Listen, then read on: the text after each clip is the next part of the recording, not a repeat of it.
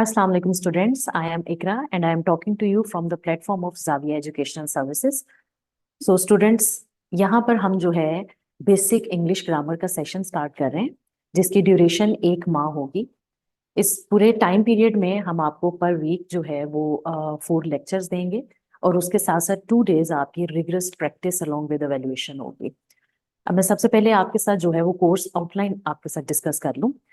Basically हमारे पास जो इंग्लिश लैंग्वेज का कोर्स होता है, it's basics start from parts of speech. Parts of speech basically are those things which are you can say mandatory part of English language. ये हमारे पास जो है वो इंग्लिश लैंग्वेज को as a speaking one and also in the form of a written part बहुत ज़्यादा helpful होते हैं। पार्ट्स ऑफ स्पीच में बेसिकली हमारे पास ग्रामर के कंपोनेंट्स आते हैं जिसमें we have nouns, pronouns, verbs, adverbs, preposition, adjectives, conjunction, interjection and articles। ये जितने भी components हैं इन सब की अपनी अपनी एक importance है। They have their own types, rules and regulations और इनको एक structure के अंदर use करने के अपने अपने अलग अलग rules हैं। उनकी वजह से हमारा इंग्लिश लैंग्वेज में चाहे वो हमारी कॉमन स्पोकन लैंग्वेज हो या हमारा कोई इंग्लिश कॉम्पोजिशन का पेपर हो या इवन एसे का पेपर हो या इनफैक्ट आपका कंपेटिटिव एग्जाम में कोई भी पेपर हो, उन सब की एक बेस बनती है और हमारी जो इंग्लिश है वो एक प्रेजेंटेबल फॉर्म में हम आगे जो है वो उसको कन्वे कर सकते हैं। Next important part in our English language is our punctuation marks. Punctuation marks basically हमारे वो आइडेंटिटी मार्क्स होते हैं जिनसे हम अपनी इंग्लिश लैंग्वेज को अंडरस्टैंडेबल बनाते हैं। इन आइडेंटिटी मार्क्स के बगैर हमारा जो एक्सप्रेशन है, हमारी जो लैंग्वेज के अप्स एंड डाउन्स हैं वो हम क्लियर तरीके से कन्वे नहीं कर पाते।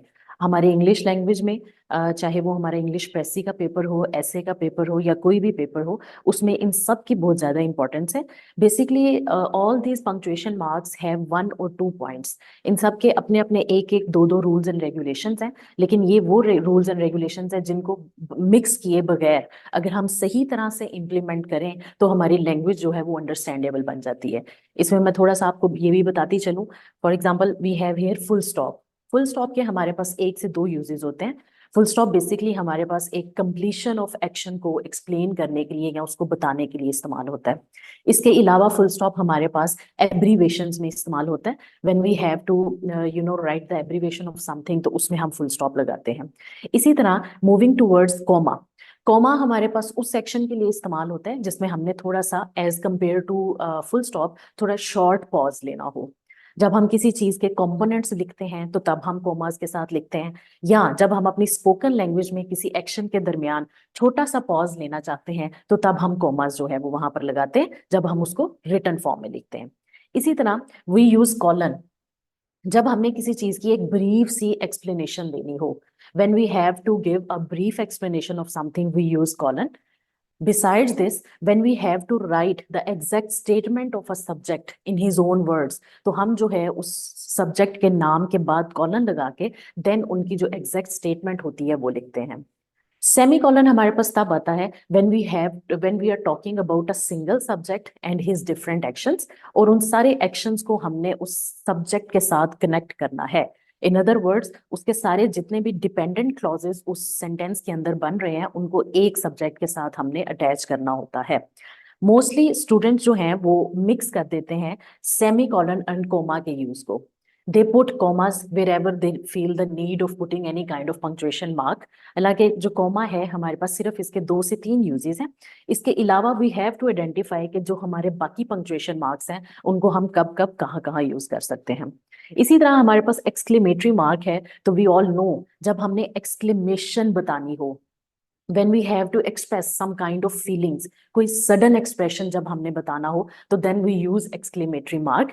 और हमारे पास इंग्लिश में इसका भी एक मार्क है।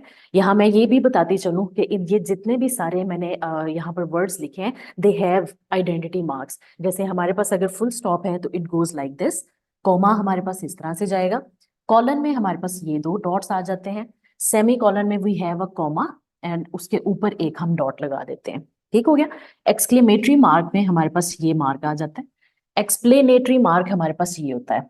एक्सप्लेनेटरी मार्क बेसिकली जो है हम अपनी हेडिंग्स के आगे यूज करते हैं। When we have to give a comprehensive explanation of something, तो तब हम एक्सप्लेनेटरी मार्क यूज करते हैं। और जब हम ये मार्क यूज करते हैं तो एक और इसका छोटा सा रूल है जो कि मोस्टली स्टूडेंट्स इसकी मिस्टेक करते हैं, कि तब हमने नेक्स्ट लाइन से जो है वो उसकी एक्सप्लेनेशन स्टार्ट करनी होती है। Then we have mark of continuity. जब हमने कोई ऐसी स्टेटमेंट जो कि थोड़ी लंबी है और उसको हमने जो है वो कम अल्फाज बताना हमारी रिक्वायरमेंट है, then we just put mark of continuity and we end our statement there. फिर उसके बाद हमारे पास जो है यहाँ पर apostrophe आ जाता है when we have to give the idea of an ownership or a possession of a subject in a sentence। तो हम तब वहां पर apostrophe लगाते हैं जब हमने अपनी मॉडर्न इंग्लिश लैंग्वेज में वर्ड्स को या लेटर्स को स्किप करना हो, तो वहां पे हम apostrophe लगाते हैं। इसी तरह क्वेश्चन मार्क है तो it is used for asking some kind of question. Dashes के हमारे पास अपने इस्तेमाल होते हैं। डैश के इस्तेमाल में सबसे पहले हमारे पास आ जाता है कि ये सडन इंटरप्शन को जो है वो प्रेजेंट करती हैं रिटन फॉर्म के अंदर। इसके अलावा डैशेस जो है वो एक ड्यूरेशन के लिए जब हमने उसको रिप्रेजेंट करना हो तो हम तब वहां पर डैश लगाते हैं। इसके अलावा जो हाइफनेटेड कंपाउंड वर्ड्स हमारे पास होते हैं, हाइफनेटेड, उसके अंदर हम हाइफन लगाते हैं, बिकॉज एक छोटी सी डैश जो होती है इसको हम स्ट्रक्चर वाइज हाइफन बोलते हैं। फिर उसके बाद हमारे पास ब्रैकेट्स आ जाती हैं। Brackets are mostly used for giving any kind of additional information. ऐसे इंफॉर्मेशन स्ट्रक्चर के अंदर जिसको देने से हमारे नॉलेज में या पढ़ने वाले को एक किसी चीज का आइडिया हो जाता है और जिसके ना होने से हमारा स्ट्रक्चर डिस्टर्ब नहीं होता।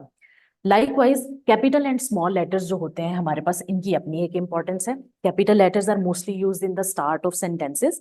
ये हमेशा जो है वो प्रॉपर नाउन्स जो हमारे होते हैं उनके लिए इस्तेमाल होता है, और रिमेनिंग सारे वर्ड्स को हम स्मॉल लेटर से यूज करते हैं। तो ये मैंने आपको एक समरी दे दी इन सब की। When we are going to have a detailed discussion on them, तो you will get to know कि इन सब के जो है यूजेस, इनको हम एक्सटेंसिवली किस तरह से अपनी लैंग्वेज में यूज कर सकते हैं। हमारे पास जब इंग्लिश का एक पैसेज होता है तो बेसिकली उसका सिंटैक्स देखा जाता है, स्ट्रक्चर देखा जाता है।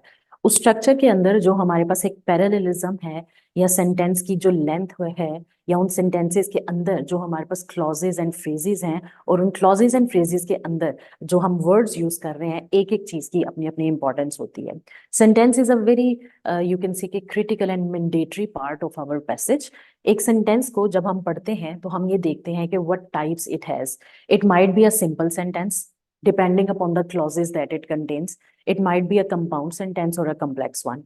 In our course, we will have a very insight, you can say a very explanatory insight on all of these types. हम इनकी जो है further examples देखेंगे और ये भी देखेंगे कि किस तरह एक simple sentence को compound में, या compound को simple में, या complex को हम जो है compound को complex में हम convert कर सकते हैं। इसके अलावा हमारे पास इंग्लिश लैंग्वेज में कंडीशनल सेंटेंसेस होते हैं। ये बेसिकली कुछ एक स्पेसिफाइड कंडीशंस होती हैं कि एक सेंटेंस के अंदर इफ वन क्लॉज या one part is of this particular rule, तो जो दूसरा पार्ट है वो किस रूल के मुताबिक हम पुट करेंगे। ये कंडीशनल सेंटेंसेस हमारे पास जो है वो हमें उन चीजों का आइडिया देते हैं जिसमें यू कैन से कि एक काइंड ऑफ पॉसिबिलिटी हमारे पास आ जाती है, या यू कैन से कि we the sentences is going to represent some kind of options that the subject has.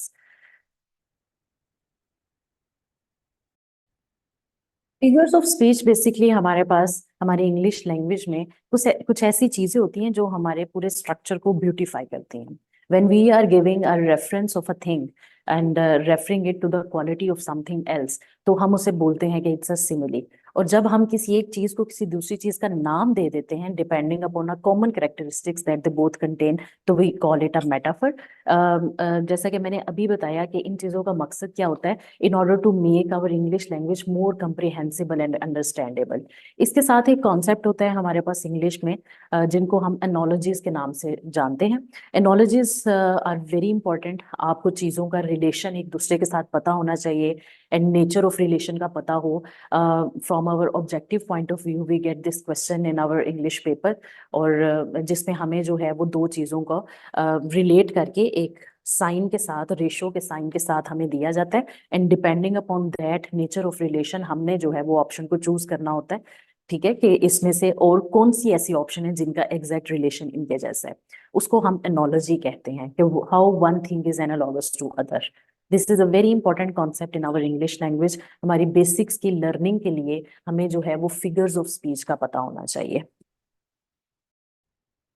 तो after talking about all the basic concepts of English, जिसमें हमने ये देखा कि हमारे पास ग्रामर, पार्ट्स ऑफ स्पीच जो हैं वो कौन से हैं और उनकी क्या इंपॉर्टेंस है, then we had our punctuation, most important and most critical part of our English learning. उसके बाद फिर हमने फिगर्स ऑफ स्पीच की इंपॉर्टेंस को देखा। हमने ये देखा कि सेंटेंसेस की हमारे पास क्या टाइप्स होती हैं, क्लॉजेज एंड फ्रेजेस जो हैं वो किस तरह से चलते हैं। क्लॉजेज एंड फ्रेजेस जो हैं वो सेंटेंस से छोटे स्ट्रक्चर्स होते हैं, लेकिन हम उनको किस तरह से लेकर चलते हैं, डिपेंडिंग ऑन दैट हम जो है वो सिंपल, कॉम्प्लेक्स और कंपाउंड सेंटेंसेस बनाते हैं और उनको ट्रांसफॉर्मेशन उनकी या उनकी सिंथेसिस करते हैं। उसके बाद हम अपने सेकेंड मेजर पार्ट की तरफ आते हैं, जिसमें हमारे पास टेंसेस आते हैं। Whatever action we are talking about, हम इंग्लिश लैंग्वेज में कोई भी अगर पैसेज लिख रहे हैं तो we have to explain a time frame in which we are talking, in which the particular subject is acting. For that purpose we have our tenses, जो कि हमारे पास प्रेजेंट, पास्ट और फ्यूचर तीन तरह के होते हैं। These basically are the time frames of a particular action. Further in tenses को हम जो है वो फोर डिवीजन्स में हर एक टेंस को डिवाइड करते हैं, क्योंकि हमने अपने एक्शन को बताना होता है। When we are talking about some kind of habitual action, तो we call it as a indefinite action. अगर हम कोई ऐसा एक्शन बता रहे हैं जो कि कंटिन्यूड है while the subject is the focus of the sentence, तो तब हम उसको कंटिन्यूअस सेंटेंस बोलते हैं। और जब हम किसी सेंटेंस या एक आप एक्शन की कंप्लीशन को बताते हैं तो तब हम उसे परफेक्ट बोलते हैं। और when we have to give an idea कि एक पर्टिकुलर टाइम पे वो एक्शन स्टार्ट हुआ है and it has not yet been completed and is in process, तो तब हम उसको परफेक्ट कंटिन्यूअस कहते हैं। Based on this, all these three time frames have further four types. तो हमारे पास मिला के 12 टेंसेस होते हैं जिनको हमने कंप्लीट तरीके से हमने पढ़ना होता है। इनके positive sentences, negative as well as interrogative and interrogative negative sentences पे हम फोकस करते हैं। इनकी बड़ी ही डिटेल्ड एंड एक्सटेंसिव हम एक्सरसाइजेस करते हैं, ताकि वी गेट टू नो कि जब एक सब्जेक्ट है और उसका जो वर्ब है, उन दोनों के दरमियान एक जो एग्रीमेंट होता है, या आप कह लो कि जो सब्जेक्ट वर्ब हार्मनी होती है, वो हमारे पास यू कैन से कि ऑन मेरिट या एक अच्छे तरीके से एक परफेक्ट वे में आए। उसके बाद हम चलते हैं अपने वॉइसेस की तरफ। बेसिकली इंग्लिश लैंग्वेज में हमारे पास जो वॉइसेस होती हैं वो हमें ये बताती हैं कि जो एक एक्शन परफॉर्म हो रहा है उसमें सब्जेक्ट ऑब्जेक्ट की क्या पोजीशन है, और उनकी जो पोजीशन, उनकी प्लेसमेंट होती है वो according to the sense of sentence होती है। ये चीज बहुत से लोग नहीं इस चीज को उस तरह से यू कैन से रियलाइज कर पाते कि एक्टिव और पैसिव वॉइस का हमारे पास पर्पस क्या है। बेसिकली जब हमने एक सेंटेंस के अंदर कोई सब्जेक्ट की एक बड़े उसको रेगुलर वे में लेकर चलना हो और उसकी एक विलिंगनेस शो बता करनी हो, तो हम मोस्टली एक्टिव वॉइस करते हैं, और पैसिव वॉइस को हम अदरवाइज यूज करते हैं। ठीक हो गया। जैसे अगर हम एक सेंटेंस इसमें ये कहें कि he went to the party with his parents, ठीक है, तो इस सेंटेंस में हमें जो आइडिया हो रहा है वो ये है कि he went to the party willingly with his parents. ठीक हो गया। अगर मैं इसी सेंटेंस को कन्वर्ट करके इस तरह से लिख दूं, he was taken to the party by his parents, तो हमें जो एक सेंटेंस का स्ट्रक्चर है या जो सेंस है उसमें थोड़ी सी फोर्सफुल एक्शन की जो है यू कैन से कि एक अंडरस्टैंडिंग होती है। बेसिकली हमारी इंग्लिश लैंग्वेज में ये वो क्रिटिकल चीजें हैं जिन्हें आमतौर पे जब हम इंग्लिश का स्ट्रक्चर कोई लिख रहे होते हैं, कोई पैसेज लिख रहे होते हैं, तो हम इन्हें इग्नोर करते हैं। इन चीजों का ये फायदा होता है। इसके साथ साथ कभी ऐसा होता है कि हमारे पास एक सेंटेंस के अंदर ऑब्जेक्ट नहीं है या सब्जेक्ट नहीं है, तो उन एक्सेप्शंस को हमने किस तरह से लेकर चलना होता है वो हम अपने एक्टिव पैसिव वॉइसेस पे पढ़ते हैं। मोस्ट इंपॉर्टेंट पार्ट जो हमारे पास अगला आ गया वो है नरेशन का पार्ट।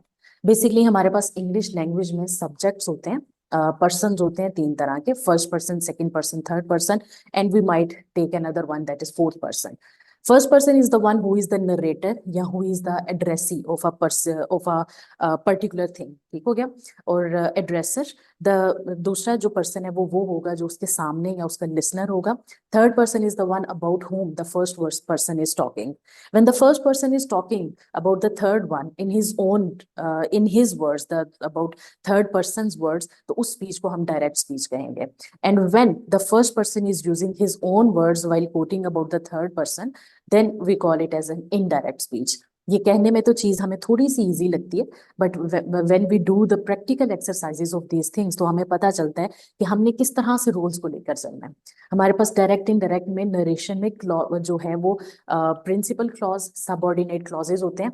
किस तरह जो प्रिंसिपल क्लॉज है उसका टेंस इफेक्ट करता है सबऑर्डिनेट क्लॉजेज की कंडीशन को, उनके टेंसेस को, और किस तरह से वो जो कन्वर्जन के रूल्स हैं उनको हमने अप्लाई करना है।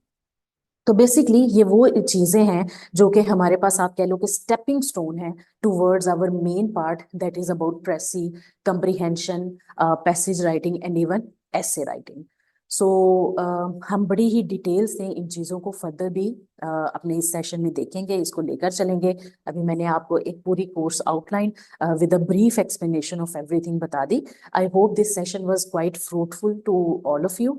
आप फर्दर इसमें जो भी आपकी कोई भी रिजर्वेशन कोई क्वेश्चनिंग है तो इंशाल्लाह हम अपने डिटेल्ड सेशन में इसको वाइंड अप करेंगे। Thank you.